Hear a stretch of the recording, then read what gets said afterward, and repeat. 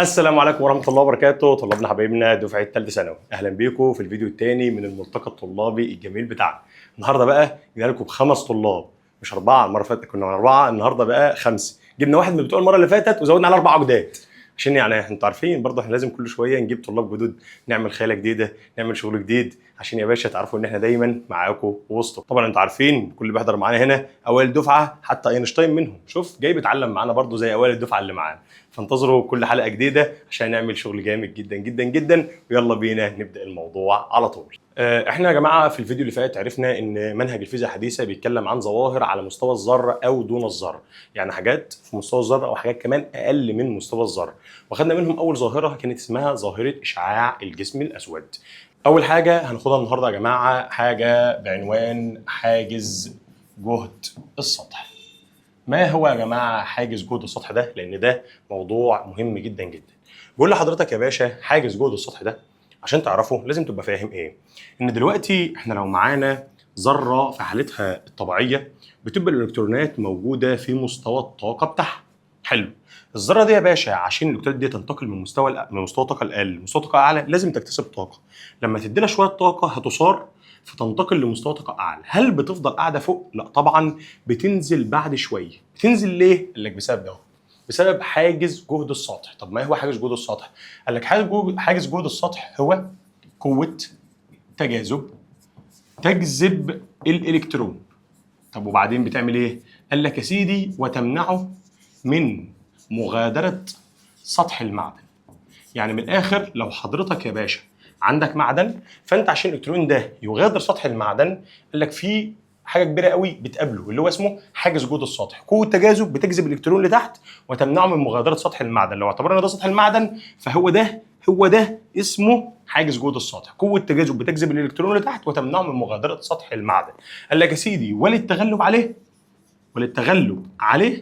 يجب اعطاء الالكترون طاقه. يبقى يجب اعطائه طاقه، والطاقه لازم تكون كبيره شويه. طب الطاقه دي يا معلم تديها له ازاي؟ قال لك يا سيدي عن طريق حاجتين. قال لك يا عم الحاج يجب اعطائه طاقه، فبيقول لك اذا اعطيناه طاقه حراريه قال لك يا سيدي اهو بيحدث انبعاث كهروحراري. طب يا عم الحاج إذا أعطيناه طاقة ضوئية قال لك يا سيدي بقى بيحدث انبعاث كهروضوئي. يبقى الحتة دي مهمة جدا عشان ده اللي احنا نشتغل عليه النهارده طول الفيديو، اللي هو الانبعاث الكهروحراري والانبعاث الكهروضوئي. يبقى تاني، ما هو حاجز جهد السطح؟ قال لك هو قوة تجاذب تجذب الالكترون لتحت وتمنعه من مغادرة سطح المعدن، وللتغلب عليه يجب اعطائه طاقة. لو انت اديت له طاقة حرارية بيحدث انبعاث كهروحراري، ولو اديت له طاقة ضوئية بيحدث انبعاث كهروضوئي. احنا ناخد اول حاجة ايه؟ الانبعاث الكهروحراري، وبعدين ناخد الانبعاث الكهروضوئي. يلا بينا يلا بينا. تعالى يا سيدي، اول حاجة هناخد حاجة اسمها زي ما اتفقنا الانبعاث الكهروحراري. زي ما اتفقنا حضرتك الانبعاث الكهروحراري ده بيتم ازاي؟ ان انت تجيب معدن وتديله طاقه بس عن طريق طاقه حراريه. طب ده بيحصل فين يا باشا؟ قال لك ده بيحصل في جهاز اسمه يا سيدي انبوبه اشعه الكاثود. جهاز معانا اسمه يا باشا انبوبه اشعه يا جماعه الكاثود. حلو. ايه انبوبه اشعه الكاثود دي يا باشا؟ تعال نرسمها ونفسرها بكل تفاصيلها. بص يا سيدي، انبوبه اشعه الكاثود حاجه عامله بالمنظر ده كده اهو.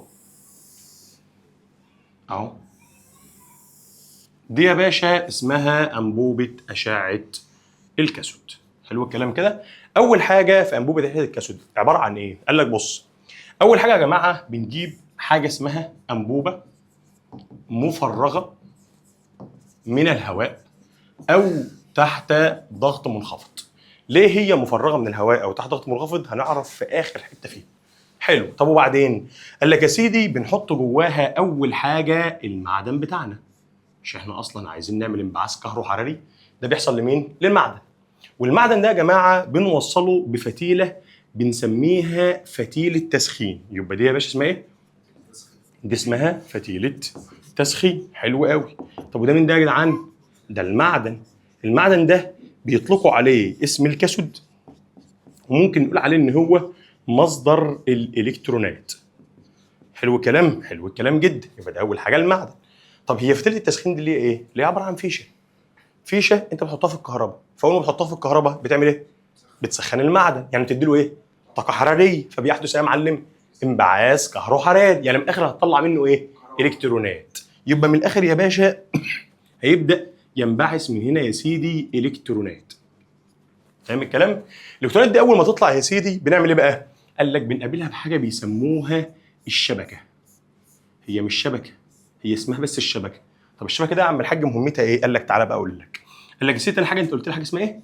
الشبكه. قال لك الشبكه دي يا معلم جهدها سالب. جهدها مين؟ لا ثانيه واحده، هي اللي طالعه ده ايه؟ الكترونات. الالكترونات شحنتها سالبه، صح كده؟ وقابلت حاجه كمان سالبه. سالب وسالب بيحصل منهم ايه؟ تنافر، صح الكلام؟ لو سالب وموجب تجاذب، لكن سالب وسالب تنافر. طب معنى كده ايه يا باشا؟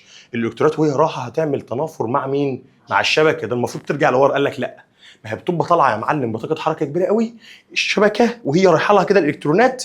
قال لك لما تتنافر معاها الالكترونات سرعتها تبدا تقل تقل تقل تقل، كأنك راكب عربيه كده يا معلم وتلاقي قدامك مطب، فبتعمل ايه؟ تقعد تفرمل تفرمل تفرمل، في سرعتك اللي بيحصل لها بتقل. يبقى يا باشا مهمه الشبكه ايه؟ قال لك مهمه الشبكه التحكم في شده الشعاع الالكتروني. يعني يا باشا الالكترونات دي يا باشا بتبقى كتيره، لو انت عايز تقللها شويه اعمل ايه في الشبكه؟ خلي السالبيه بتاعتها كبيره، فتعمل تنافر كبير، فتعدي لك شويه الكترونات صغيرين وترجع شويه ورا. انت فاهم؟ يبقى هي مهمتها يا معلم بقى. قال لك يا سيدي مهمتها التحكم في شده الشعاع الالكتروني. دي مهمه مين يا جماعه دلوقتي؟ مهمه الشبكه. انت دلوقتي قلت لي حته جامده قوي، ان دلوقتي يا معلم الالكترونات وهي رايحه هنا هتعمل تنافر، فسرعتها هتقل، فممكن ترجع لورا، وفي شويه صغيرين قوي ممكن يعدوا. حلو الكلام؟ فالالكترونات ديت اصلا لو عدت من هنا هتبقى يعتبر طاقتها معدومه، مش قادره تتحرك. قال لك فبيعملوا ايه؟ قال لك يا سيدي بيقوموا جايبين لنا اهوت حاجه بيسموها يا شباب الانود. حاجه بيسموها ايه؟ الانود. الانود ده يا باشا قال لك جهد موجب. يبقى انت اول ما بتعدي يا باشا من الشبكه بتروح لحاجه اسمها يا معلم، بتروح لحاجه اسمها الانود. والانود ده يا معلم جهده ايه؟ جهد موجب. لا ثانيه بقى، شوف الحته الرايقه دي. دلوقتي بقى معاك ايه؟ الكترونات. الالكترونات دي يا معلم سالبه الشحن، وايه كمان يا باشا؟ انود. انود جهده ايه يا معلم؟ موجب. دلوقتي بقى معاك موجب ومعاك ايه؟ هيحصل بينهم قوه تجاذب، ساعتها الالكترونات سرعتها تبدا تزيد تاني. يبقى معنى كده يا معلم الانود ده وظيفته ايه؟ قال لك يقوم يا باشا بتعجيل حركه الالكترونات. بيقوم بتعجيل مين يا باشا؟ حركه الالكترونات. حلو قوي. قال لك الالكترونات دي بقى يا معلم رايحه فين؟ قال لك والله يا معلم بتروح تسقط مهوت على شاشه يا شباب بيسموها الشاشه الفلوريسيه. دي مين يا باشا تاني بس معلش؟ اسمها ايه؟ الشاشه الفلوريسيه. قال لك بص اهو، قال لك ده يا معلم بيسموها الشاشه الفلوريسيه. الشاشه الفلوريسيه ديت قال لك هي شاشه بتضيء عند سقوط الالكترونات عليها. طب ما هو دلوقتي الالكترونات وهي راحه هتقوم يا باشا الالكترونات دي راحه هنا كده تقوم منوره الحته دي، راح هنا كده تقوم منوره الحته دي. طب ما كده في مشكله. ليه يا باشا؟ لان الالكترونات دلوقتي هتضيء الحته دي والحته دي بس. انا عايز اللي يحصل الشاشه كلها تضيء. طب هنعمل ايه يا باشا؟ قال لك هنجيب لها يا جماعه حاجه بيسموها الواح التوجيه. والواح التوجيه دي يا باشا هي الواح افقيه والواح راسيه. الواح افقيه والواح يا باشا راسيه. مهمتها ايه ده يا عم الحاج بقى؟ قال لك ثانيه، انت قلت لي دول اسمهم ايه؟ دول اسمهم يا باشا الواح التوجيه. طب الواح التوجيه دي يا معلم وظيفتها ايه؟ قال لك من اسمها، قال لك تقوم بتوجيه، تقوم بتوجيه، توجيه ايه بقى؟ الشعاع الالكتروني. اشمعنى؟ عشان يسقط على الشاشه الفلوروسيه كلها. حلو. طب ازاي يا باشا بقى؟ تعال نفهم الحته دي. دول يا جماعه مثلا هنعتبر ان هم المجالات، تمام الكلام كده، وانا معايا الكترونات. فعشان نوريك هنستعين بواحد من اوائل الطلبه بتوعنا. تعالى يا باشا عشان نفهم الناس. ماشي؟ بص يا باشا، تعالى نتخيل كده، امسك يا باشا ده كده وده كده يا جماعه. هنعتبر ان دول يا جماعه الواح التوجيه وده الشعاع الالكتروني. الشعاع الالكتروني ده يا جماعه هو داخل، انا مثلا لو عايز يا باشا اوديه فوق او انزله تحت، فالفكره كلها ايه؟ دلوقتي الالكترونات دي شحنات سالبه. طب ماشي، طب ما هو السالب بيتنافر مع السالب ويتجاذب مع الموجب، فلو انا عايز اطلعه لفوق هخلي ده موجب واخلي ده سالب. فايه اللي يحصل بقى؟ الشعاع وهو ماشي كده هيتنافر مع اللي تحت ويتجاذب مع اللي فوق، يعني الشعاع يعمل كده. انت مركز معايا؟ طب يا سيدي لو انا عايز اخليه يروح يمين وشمال اخليهم الواح راسيه. اعدل يا باشا خليه راسي. يبقى الالواح وهي ماشيه كده الالكترونات اهي، لو انا عايزه ينجذب كده اخلي ده اللي موجب وده اللي سالب. طب لو انا عايز اخليه يروح كده اخلي ده اللي موجب وده اللي سالب. عشان كده بنسميها الواح يا جماعه توجيه، عشان بتوجه حركه مين؟ الكترونات. الف شكر يا باشا. يبقى يا جماعه مهمه الواح التوجيه هو توجيه الشعاع الالكتروني عشان الالكترونات شويه يطلعوا لفوق، شويه يروحوا كده، شويه ينزلوا تحت، فيقوموا يا باشا لامسين الشاشه الفلوروسيه كلها فتضيء كلها. يبقى يا سيدي من الاول تاني، احنا اول حاجه كانت بره عندنا حاجه اسمها يا جماعه انبوبه مفرغه من الهواء. ما قلتليش يا هندسه بقى هو ليه انبوبه مفرغه من الهواء؟ عشان الالكترونات يا باشا وهي معديه الهواء ده ما يحركهاش. يبقى لازم تكون انبوبه مفرغه منين؟ من الهواء، او بيقول لك يا باشا اسمها او تحت ضغط منخفض. تحت ضغط يا شباب منخفض. ماشي كده؟ بعد كده عندنا حاجه اسمها مين؟ المعدن ده اللي هو اسمه الكاثود او بيسموه مصدر الالكترونات، متوصل بحاجه اسمها ايه يا جماعه؟ فتيله تسخين. بتعمل ايه بقى؟ بتسخن المعدن فبيحصل له انبعاث كهروحراري، فبتنطلق منه يا جدعان الكترونات بتوجه لحاجه اسمها الشبكه اللي جهدها سالب، بتعمل تنافر. فبيعمل ايه يا باشا بقى؟ قال لك فتقوم بالتحكم في شده الشعاع الالكتروني. حلو الكلام. الالكترونات اللي هي معديه بقى منها بتبقى معدومه، عايزين نصرحها شويه، فبنجيب لها حاجه اسمها الانود اللي جهده موجب عشان يعمل تجاذب. فبيعمل ايه يا باشا؟ تعديل حركه الالكترونات عشان تسقط على مين؟ على الشاشه الفلوروسيه. طب دي بتعمل ايه؟ بتضيء عند سقوط الالكترونات عليه، بس عشان تسقط على كل الشاشه بنجيب لها حاجه اسمها يا جماعه الواح التوجيه. تمام الكلام؟ ودي بتقوم بايه؟ بتوجيه الشعاع الالكتروني. طب هي يا معلم انبوبه اشعه الكاثود ده يا جماعه موجوده فين؟ قال لك يا سيدي بتستخدم اهو، شوف الحته الجميله دي، بتستخدم في شاشات التلفزيون والكمبيوتر القديمه. لو حضرتك حضرت جدك كده يا باشا ولا جدتك هتلاقي كان عندهم تلفزيون قديم ضخم شويه. كان عامل ازاي يا عم الحاج؟ افكرك كده بيه، افكرك يا سيدي بالمنظر بتاعه. كان بالظبط عامل كده اهو. المنظر بتاعه عباره عن تلفزيون كده يا باشا، وفي من ورا كده حته مكعبره كده. ده يا باشا بالنسبه لنا شاشات التلفزيون القديمه. ليه مكعبره كده؟ قال لك يا باشا لان هوت كان موجود ورا هوت حاجه اسمها يا جدعان الشاشه الفلوروسيه، معلش ده الشاشه الفلوروسيه، ودي اسمها ايه يا باشا؟ انبوبه اشعه الكاثود. حلو الكلام كده؟ يبقى انبوبه اشعه الكاثود يا شباب كانت بتستخدم فين؟ في شاشات الكمبيوتر والتلفزيون القديم. تمام الكلام كده؟ حلو. من هنا خلي بالك ده اول مسائل هتجيلنا. اول مسائل هتجيلنا ايه يا باشا؟ خلي بال حضرتك بقى، خلي بال حضرتك يا جماعه ان انت عند حضرتك حاجه اسمها الانود والكاثود، صح كده؟ الانود ده جهده موجب والكاثود ده جهده سالب. معنى كده يا باشا ان في ما بينهم فرق في الجهد. قال لك فرق في الجهد ده هو اللي بيولد طاقه حركه الالكترونات. يعني كل ما فرق الجهد ده يزيد كل ما طاقه حركه الالكترونات اللي يحصل لها تزيد. معنى كده يا باشا ان احنا نقدر نستنتج يا باشا القانون بتاعنا اهو. ده اول قانون يا باشا بقى مهم قوي في انبوبه اشعه الكاثود. القانون بيقول لك ايه يا باشا؟ القانون بيقول لك ان طاقه حركه الالكترونات اسمها كي اي ماكسيمم. دي بتساوي ايه يا جماعه؟ قال لك اي طاقه حركه طبعا اسمها نص ام في تربيع. ده عموما طاقه الحركه بتساوي ايه؟ نص ام في تربيع. بس الام دهيت هي كتله الالكترون، لان احنا بنتكلم على طاقه حركه مين؟ الالكترون. ده بقى بيساوي ايه يا باشا؟ قال لك دي بتساوي الاي في الفي. حيث مين هو الاي ومين الفي؟ قال لك الاي ده مين؟ شحنه الالكترون. صح كده؟ اللي احنا حافظينها صح؟ شحنه الالكترون دي يا باشا كانت كام؟ كانت يا سيدي 1.6 في 10 أس سالب 19 كولوم. امال مين الفي؟ قال لك الفي ده يا باشا هو فرق الجهد بين الانود والكاثود. فرق الجهد ما بين مين ومين يا شباب؟ الانود والكاثود. جميل جدا جدا جدا. اذا دلوقتي كل ما فرق الجهد بيزيد كل ما سرعه الالكترون بتزيد كل ما طاقه حركته بتزيد، صح كده؟ طب سؤال، مين الام اي دي؟ قال لك الام دي اي دي يا باشا انت عارف ان هي اسمها ايه؟ كتله الالكترون. والمفاجاه ان كتله الالكترون ثابته اصلا. كتله الالكترون 9.1 في 10 أس سالب 31 كيلو جرام. دي كتله مين؟ الالكترون. امال بقى ايه الفي الثانيه ديت؟ قال لك دي يا باشا اسمها سرعه مين؟ الالكترون. يبقى انت عندك 2 في، صح الكلام؟ الفي دي اللي هي مين؟ سرعه الالكترون. لكن الفي دي اللي هي معلم فرق الجهد ما بين الانود والكاثود. تمام الكلام كده؟ حلو جدا. سؤال بقى، العلاقه ما بين الفي دي والفي تربيع دي، تقول لي تفكر بس ثانيه، هي الاي دي مين؟ شحنه الالكترون ثابت. طب والام دي كتله الالكترون ثابته. يبقى العلاقه ما بين الاثنين دول علاقه ايه يا جماعه؟ طرديه مليون في الميه. طب السؤال فكر في كده، لو السرعه زادت للضعف لازم فرق الجهد يزيد الاربع امثاله اللي هي يا باشا عشان في مربع. لو السرعه زادت لثلاث امثالها لازم فرق الجهد يزيد لتسعه امثاله. طب سؤال، لو فرق الجهد زاد ل 16 مثل يبقى يا باشا السرعه تزيد لاربع امثله عشان هتاخد الجذر. بالعقل كده تعرف تجيب الفي دي لوحدها؟ والله اقدر اجيب الفي لوحدها. ازاي يا باشا؟ اضرب في 2، اقسم على ام، تبقى 2 اي في الفي على ام الكترون. بس خلي بالك انا كده جبت الفي تربيع، انا عايز في اخد لها الجاز. عشان كده قلت لك ايه بقى؟ لو الفي زاد ل 16 مثل السرعه تزيد لاربع امثال عشان هناخد يا معلم الجاز. يبقى ده القانون بتاعنا وده الفي لوحدها اهي. يبقى تاني قانون اسمه كي اي ماكسيمم بتساوي نص ام الكترون في في تربيع، ودي بتساوي الاي في الفي. مين الفي ديت؟ فرق الجهد. بين الفي ديت سرعه الالكترون. طب لو انت عايز تجيب الفي لوحدها اضرب في 2 واقسم على ام وخد الجذر. اذا الفي بتساوي يا باشا جذر 2 اي في الفي على ام الكترون. تمام الكلام كده؟ مفهومه يا باشا؟ مفهومه جدا جدا جدا. في هنا بقى حته مهمه قوي قوي قوي، حته حلوه قوي. الفي دي يا باشا فرق الجهد صح؟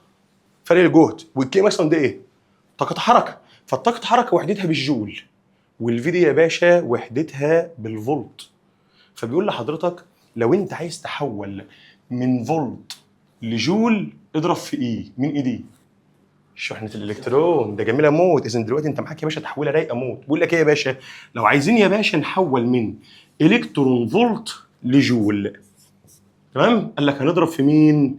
في شحنه الالكترون اللي هي كام بقى؟ 1.6 في 10 أس سالب 19. طب لو انت عايز بقى تحول من جول لالكترون فولت يا باشا نقسم على شحنه الالكترون اللي هي كام بقى؟ 1.6 في 10 أس سالب 19. خلي بالك من الحته الجميله اللي احنا قلناها دي، عشان هو في الامتحان بيجي يجيب لك مثلا ده وحدته بالالكترون فولت، وانت طاقه حركه لازم تكون بالايه؟ بالجول. فلازم اضرب في مين؟ في شحنه الالكترون اللي انت المفروض تكون حافظها.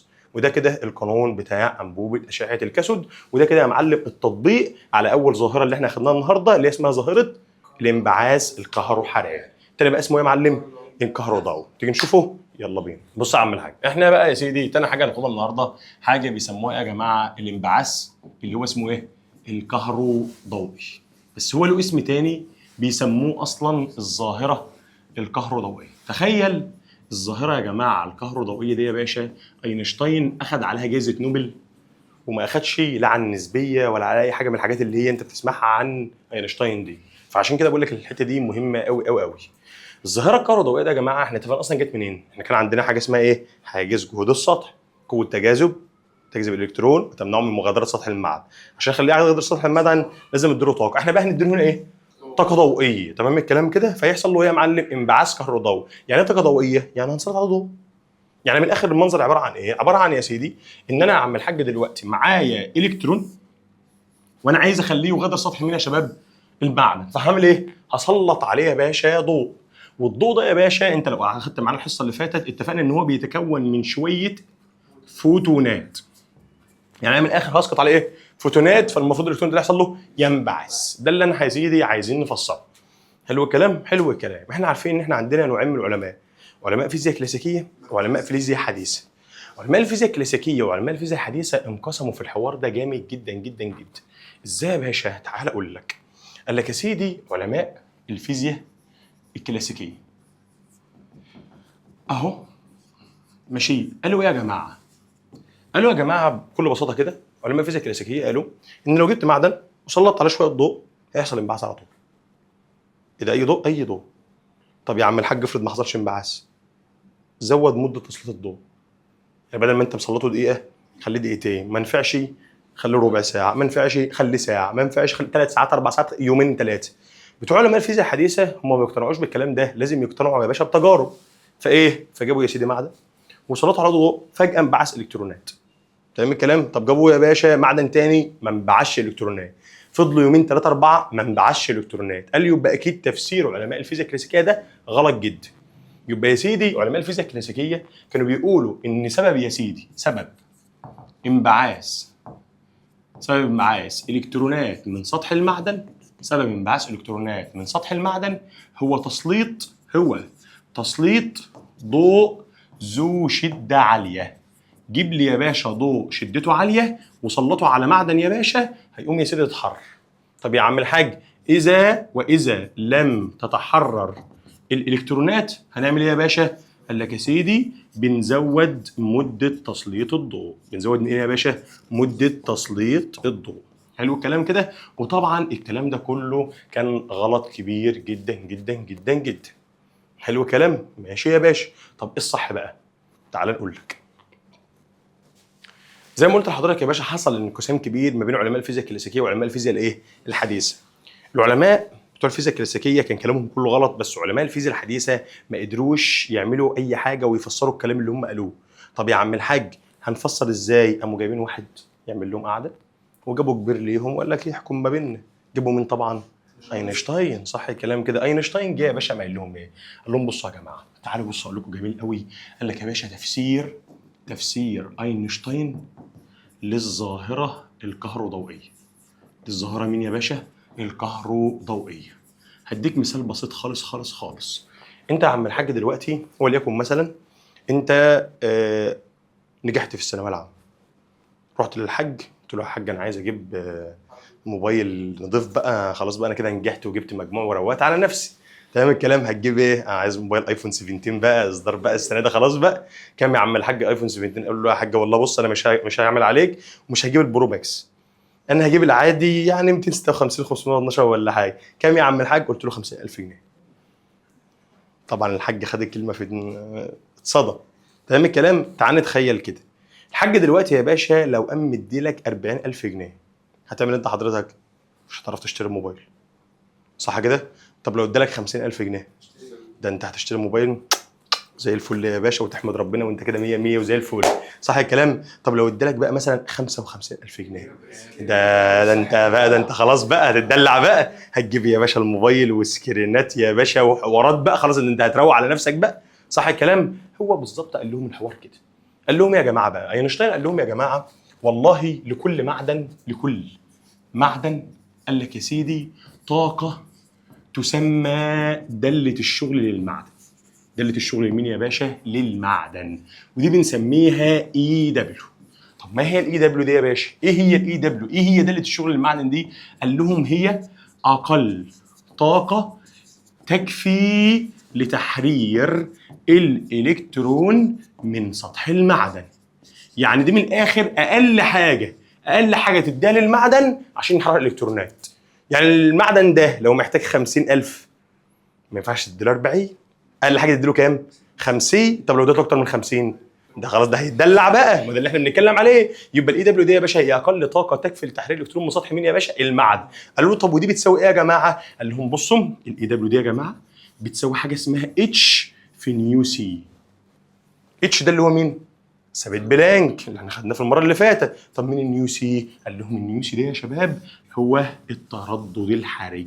التردد الحرج. ما هو التردد الحرج؟ قال لك هو اقل تردد يكفي لتحرير الالكترون من سطح المعدن. يكفي لتحرير الالكترون من سطح يا شباب؟ من سطح المعدن. يعني من الاخر ده يا باشا اقل حاجه تخلي الالكترون يتحرر من سطح المعدن. وقام قال لهم ايه؟ قال لهم خلاص يا باشا تعالى بقى الخص لكم الكلام ده في 3 حاجات. ايه هم ال3 حاجات؟ قال لهم يا جماعه هنعتبر دلوقتي ان يا معلم ده المعدن وده الالكترون اللي موجود يا باشا جوه، وانت عايز تحرره، فانت عشان تحرره هتنزل عليه يا معلم فوتو زي ما احنا اتفقنا قبل كده. قال لك والله الفوتون ده بقى له 3 احتمالات. الاحتمال الاولاني ان يكون تردد الفوتون اقل من التردد الحرج. طب يا سيدي تاني احتمال ان يكون تردد الفوتون بيساوي التردد الحرج. تالت احتمال ان يكون تردد الفوتون اكبر من التردد الحرج. صح الكلام كده؟ طب يا سيدي لو تردد الفوتون اقل من التردد الحرج ده معناه ايه؟ ده معناه ان طاقة الفوتون اقل من دالة الشغل للمعدن. طب لو تردد الفوتون بيساوي التردد الحرج معناه كده ان طاقة الفوتون بتساوي دالة الشغل للمعدن. طب لو التردد اكبر من التردد الحرج معنى كده ان طاقة الفوتون اكبر من دالة الشغل للمعدن. حصل كده الكلام؟ طب نسأل بقى السؤال، لو كان التردد اقل من التردد الحرج يعني الطاقة اقل من دالة الشغل، قال لك يا سيدي لا يتحرر الالكترون مهما زادت مدة تسليط الضوء. يعني يا باشا لو قعدت من هنا للسنة الجاية مفيش ولا الكترون هيتحرر طول ما التردد اقل من التردد الحرج. يعني يا باشا الطاقه اقل منين؟ من داله الشغل. امال يا معلم بقى لو كان التردد بيساوي التردد الحرج يعني الطاقه بتساوي داله الشغل، قال لك ساعتها يا باشا يتحرر الالكترون بالكاد من سطح المعدن. يتحرر الالكترون بالكاد من سطح يا شباب؟ انت عارف يعني ايه يتحرر الالكترون بالكاد؟ يعني من الاخر يطلع على سطح المعدن ويقف. بس يطلع لحد هنا اهو كده اهو على سطح المعدن ويقف. حلو كده. امال بقى يا معلم لو كانت التردد اكبر من التردد الحرجي، يعني الطاقه اكبر من داله الشغل، ساعتها يا باشا قال لك يتحرر الالكترون من سطح المعدن. مش بس كده، قال لك ده يا معلم كمان ويكتسب طاقه حركه. يبقى يتحرر الالكترون يا جماعه من سطح المعدن، وكمان ايه يا باشا؟ يكتسب طاقه حركه تخليها يا معلم يتحرك بره الذره خالص. حلو الكلام كده. يبقى انت عندك كام حاله دلوقتي يا باشا؟ 3. يا اما الطاقه تكون اقل من داله الشغل، يا اما بتساوي داله الشغل، يا اما اكبر من داله الشغل. لو اقل منها مفيش الكترونات هتتحرك. طب لو بتساويها هيتحرر الالكترون بالكده، هيطلع على مين؟ على سطح المعدن. امال لو كانت اكبر منها بقى، ده هيتحرر الالكترون وهيكتسب طاقه حركه. وقام هو لامم الكلام ده يا باشا في علاقه واحده بس. كتبها لك ازاي؟ كتبها لك كده اهو يا باشا.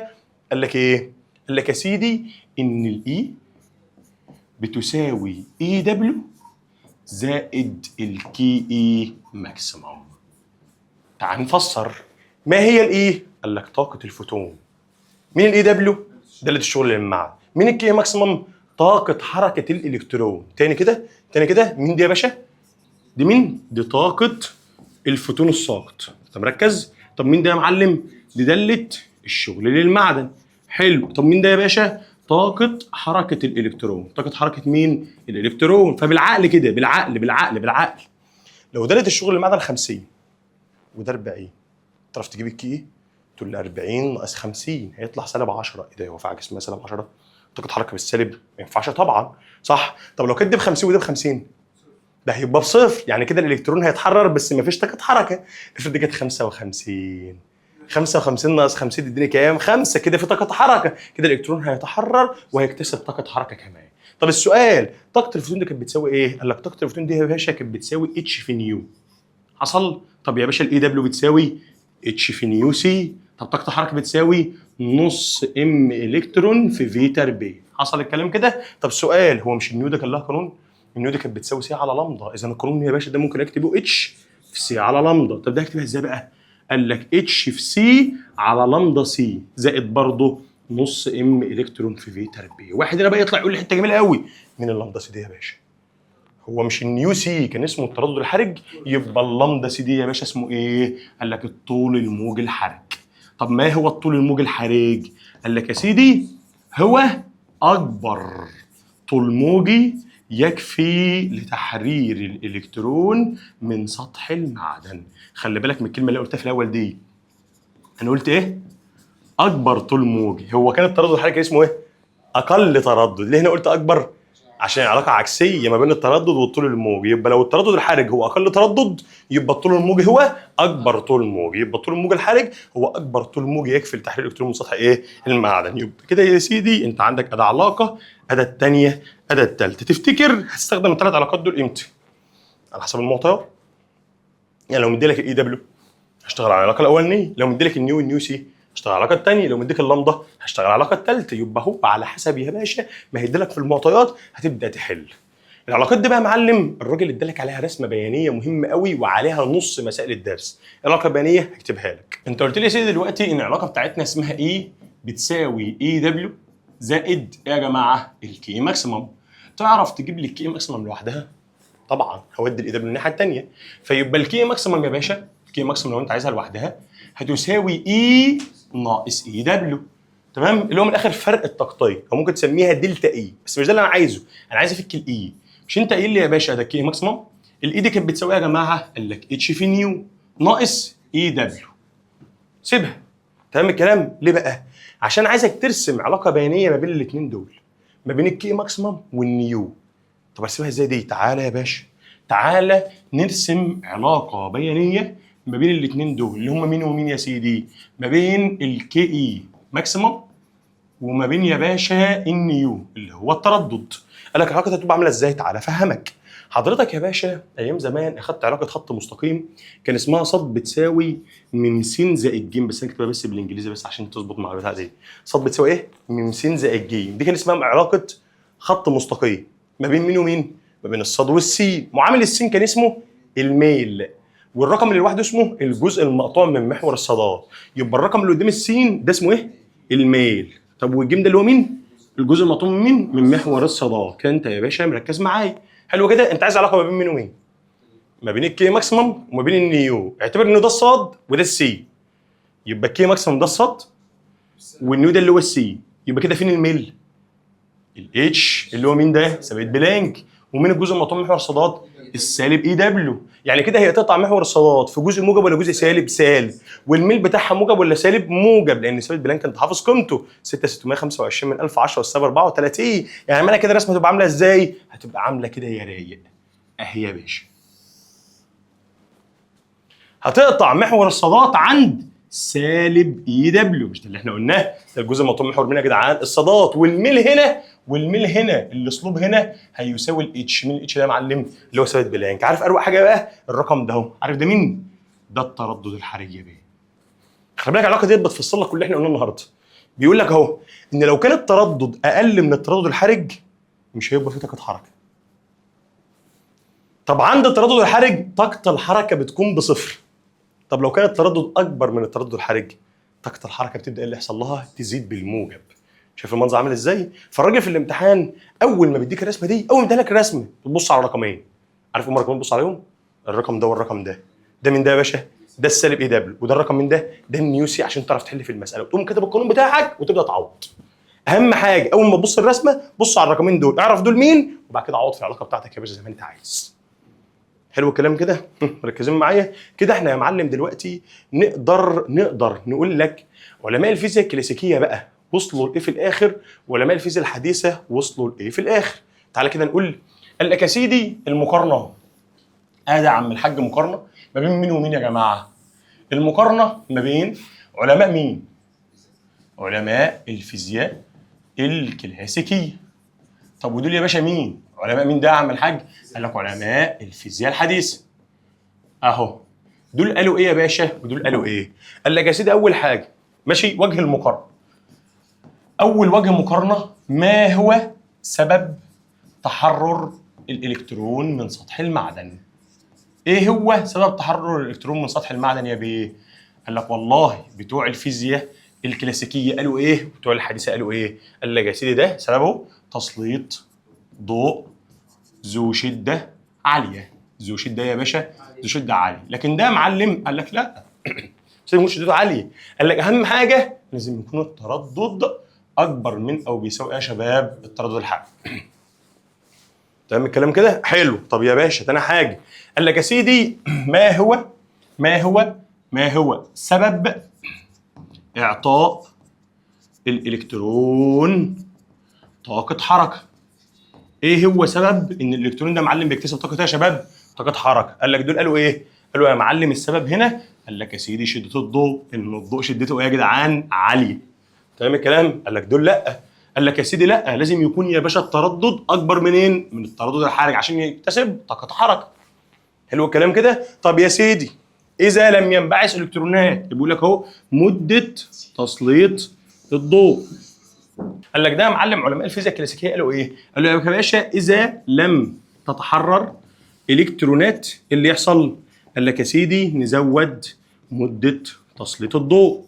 لكن التانيين يا جدعان قالوا ايه بقى؟ قال لك لا ده يا باشا الانبعاث بيكون لحظي. الانبعاث بيكون ايه؟ لحظي. في حاله ايه بقى يا معلم؟ ان التردد يكون اكبر من او بيساوي التردد الحراري. يعني انت اصلا مش لازم تقعد تسلط ضوء. اول يا باشا ما تسلط ضوء تردده اكبر من او بيساوي التردد الحراري الالكترون ده بيحصل لها هتنبعث لحظيا. يعني وده يا باشا المقارنه ما بين علماء الفيزياء الكلاسيكيه وعلماء الفيزياء يا جدعان دلوقتي الحديث. تمام الكلام؟ ده اللي هم قالوه ودول اللي هم قالوه. عشان كده في علاقه بيانيه جامده قوي قوي قوي موجوده عند حضرتك في الكتاب، لازم اقولها لك. العلاقه عامله ازاي؟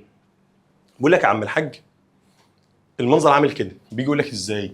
العلاقه عامله كده ماشي اهو يا عم الحاج اهو. بقول لك ايه؟ علاقه بيانيه ما بين ايه؟ ما بين شده التيار الكهروضوئي. تاني الجمله ما بين شده مين يا باشا؟ ما بين ايه شده التيار الكهروضوئي ده؟ هو التيار اصلا يا جدعان عباره عن ايه؟ مش عباره عن شويه الكترونات؟ صح الكلام كده؟ شده التيار الكهروضوئي. حلو. عايزين علاقه بيانيه ما بينه وما بين شده الضوء. حلو الكلام؟ ما بينه وما بين شده الضوء.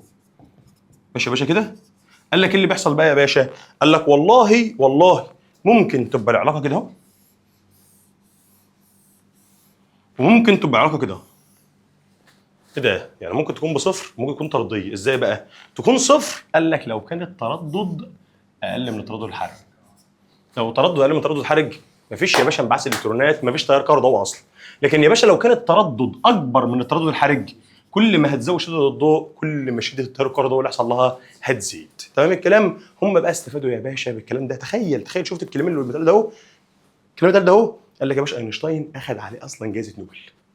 الكلمتين اللي اتقالوا هم، وعملوا منه ايه بقى؟ وعملوا منه جهاز اسمه الخليه الكهروضوئيه. يبقى احنا اخذنا في جهاز على الانبعاث الكهروحراري كان اسمه انبوبه اشعه الكاثود، وفي جهاز على مين؟ على الظاهره الكهروضوئيه اسمه الخليه الكهروضوئيه. عامل ازاي بقى؟ ده اسهل جهاز يا باشا هتشوف حياتك. الخليه الكهروضوئيه يا جماعه نفس الحوار. قال لك اول حاجه بنجيب يا سيدي انبوبه شفافه زجاجيه برضه مفرغه من الهواء او ايه يا جماعه؟ او تحت ضغط منخفض. خلاص مثبتين الحته دي. وبنجيب جواها يا جماعه معدن بالمنظر ده كده اهو يا باشا. ادي المعدن اهو يا معلم، ادي المعدن اهو يا باشا بالمنظر ده. ده المعدن. حلو الكلام كده. والمعدن ده يا معلم طرفه الاولاني بنوصله يا معلم بفرق جهد عالي او بمصدر التيار الكهربي، والطرف الثاني ده هو يا باشا بنوصله يا سيدي بسلك بالمنظر ده. لو انت واخد بالك ده متوصل بالقطب من هو الموجب، ده متوصل بايه؟ بالسالب. ايه اللي بقى بيحصل يا باشا؟ قال لك المفاجاه بقى. قال لك المعدن ده اهو بنسلط عليه ضوء، بس بشرط لازم الضوء الساقط عليه ده يا باشا يكون تردده اكبر من التردد الحرج، صح كده؟ فطالما تردده اكبر من التردد الحرج ايه اللي يحصل بقى؟ الالكترونات هتنبعث. فالالكترونات يا معلم هتبدا تطلع من سطح المعدن بالمنظر ده، تطلع من سطح المعدن. هي الالكترونات دي شحنتها ايه يا باشا؟ سالبه. فبتقابل السلك اللي هو متوصل بالقطب الموجب. يعني من الاخر يا معلم احنا هنعتبر ان ده بالنسبه لنا المعدن اللي احنا كنا بنسميه الكاثود، اللي هو بالنسبه لي مين؟ مصدر الالكترونات. هيقابل السلك الثاني، السلك الثاني ده يا معلم هيبقى اسمه الانود. الالكترونات يا باشا هتبدا تتراكم عليه تنزل تحت، ترجع للبطاريه، ترجع تاني للمعدن، وتفضل الدايره يا باشا شغاله زي ما انت شايف بالمنظر ده. طب يا باشا دي بنسميها ايه؟ دي بنسميها الخليه الكهروضوئيه. طب الخليه الكهروضوئيه دي يا باشا موجوده فين؟ قال لك يا سيدي تستخدم في فتح وغلق الابواب آليا او تلقائيا. زي حضرتك كده الابواب بتاع المولات كده، حضرتك وانت داخل المول ساعه ما بتيجي تقرب الباب بيفتح لوحده، تعدي الباب يقفل لوحده. بسبب ايه؟ بسبب خلايا كهروضوئيه. تمام الكلام؟ نقولها تاني. اللي بره ده اسمه ايه؟ انبوبه. ايوه انبوبه شفافه زجاجيه مفرغه منين يا شباب؟ مفرغه من الهواء او تحت ضغط منخفض. حلو. ده من ده المعدن او الكاثود مصدر مين؟ الكترونات. حلو قوي. وده بالنسبه لي اسمه الانود، ده متوصل بالموجب، ده متوصل بايه؟ بالسالب. ده مين يا باشا؟ ده ضوء تردده اعلى من التردد الحرج. فالالكترونات اللي بيحصل لها بتنبعث تروح للانود، ترجع يا باشا للبطاريه، ترجع لك لمين؟ للمعدن تاني، تفضل الدايره شغال. انت بقى معلم وانت ماشي وانت بتقرب من الباب بتعترض مصدر الضوء. فلما تعترض مصدر الضوء مفيش ضوء هينزل على المعدن، فمش هينبعث ايه؟ الكترونات. فالدايره تتفتح يوم الباب مفتوح، تعدي يوم الضوء واصل، صح كده؟ الدايره تشتغل يوم الباب ايه؟ مقفول. دي يا باشا مهمته. يبقى يستخدم فيها يا جدعان دلوقتي في فتح وغلق الابواب تلقائيا. حلو الكلام كده. يبقى احنا دلوقتي اخدنا 3 ظواهر. الفيديو اللي فات كان في ظاهره واحده اللي اسمها ظاهره اشعاع الجسم الاسود، وهنا اخذنا ظاهرتين. ظاهره اسمها الانبعاث الكهروحراري اللي هي بتستخدم في انبوبه اشعه الكاثود، واخذنا انبعاث الكهروضوئي اللي بتستخدم فيه الخليه الكهروضوئيه.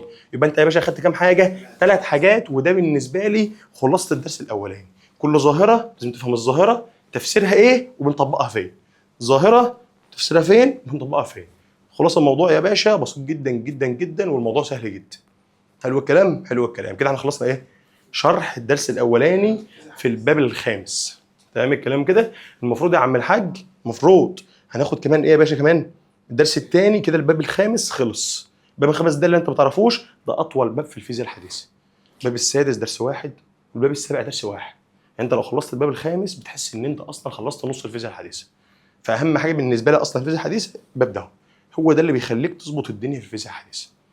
تمام الكلام؟